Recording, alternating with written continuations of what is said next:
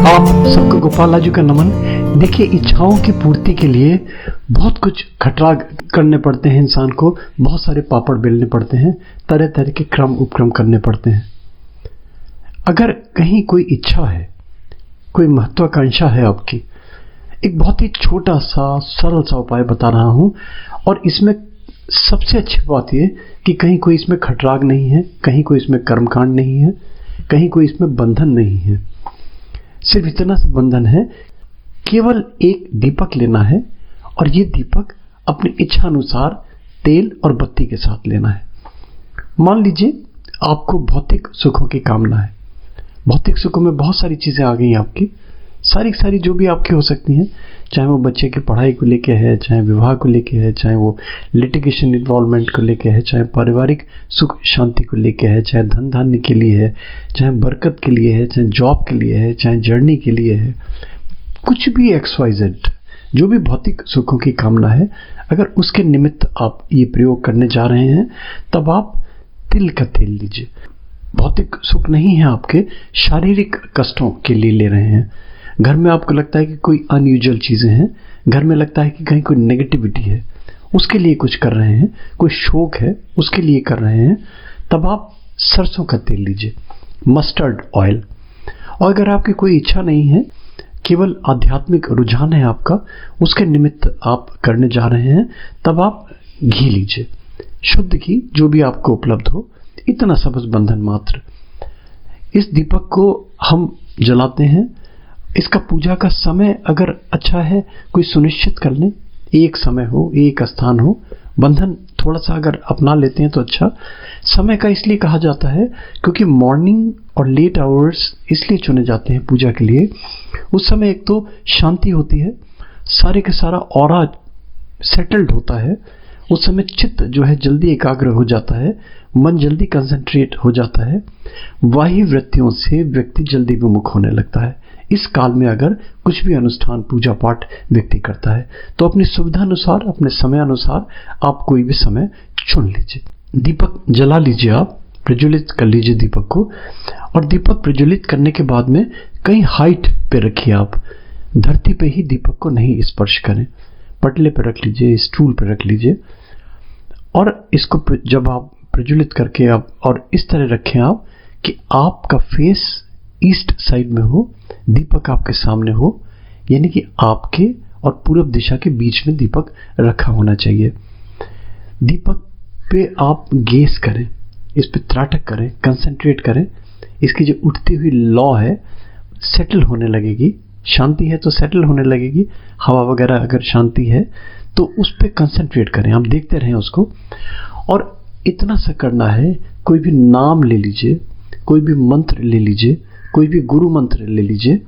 और अगर कुछ भी नहीं है आपका, कुछ भी नहीं है आपका, तब केवल वो शब्द ले लीजिए, वो आप भाव ले लीजिए, अपना 2-3-4 लाइन का शब्द बना लीजिए।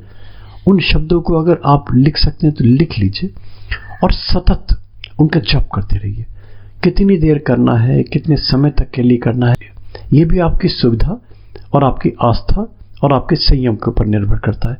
मान लीजिए फॉर एग्जाम्पल आप कहते हैं कि मैं आधा घंटा पूजा में बैठ सकता हूं, तो आप आधा घंटे का समय सुनिश्चित कर लें और उस आधे घंटे में सतत ये जो मंत्र है, जो नाम है, जो शब्द है, इसका जाप करते रहें आप, और रटन करते रहें, मनन करते रहें, गुणन करते रहें, और अपना सारे का सारा ध्यान, सारे का सारा मन, चित्त सारा एकाग्र कर लें दीपक की जलती हुई लौ के ऊपर।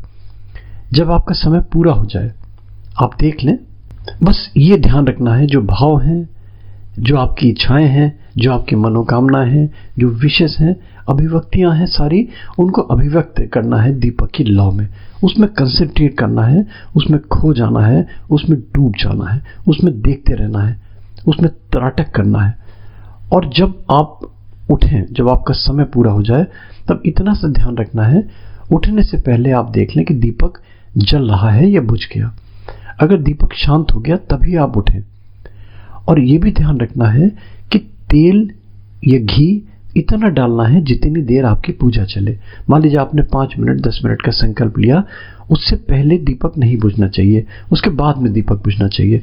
और अगर बाद में भी दीपक बुझता है तब फिर इस तरह वो उठना है आपको कि आप जब तक दीपक बुझे नहीं, आपका मंत्र जाप कर रहे हैं, उस समय अवधि के बाद अगर दीपक बुझता नहीं है तो केवल और केवल एक नाम, सीताराम सीताराम सीताराम सीताराम सीताराम सीताराम सीताराम सीताराम सीताराम सीताराम सीताराम सीताराम, ये कंटिन्यूअसली जाप करते रहें और जब तक जाप करते रहें कि जब तक दीपक शांत नहीं हो जाता।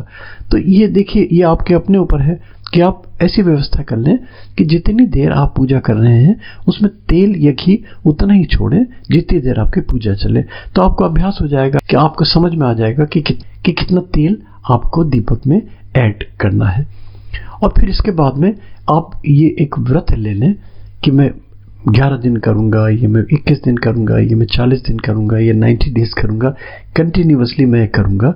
ये आपकी अपनी श्रद्धा, आपकी आस्था, आपका समय और आपका संयम।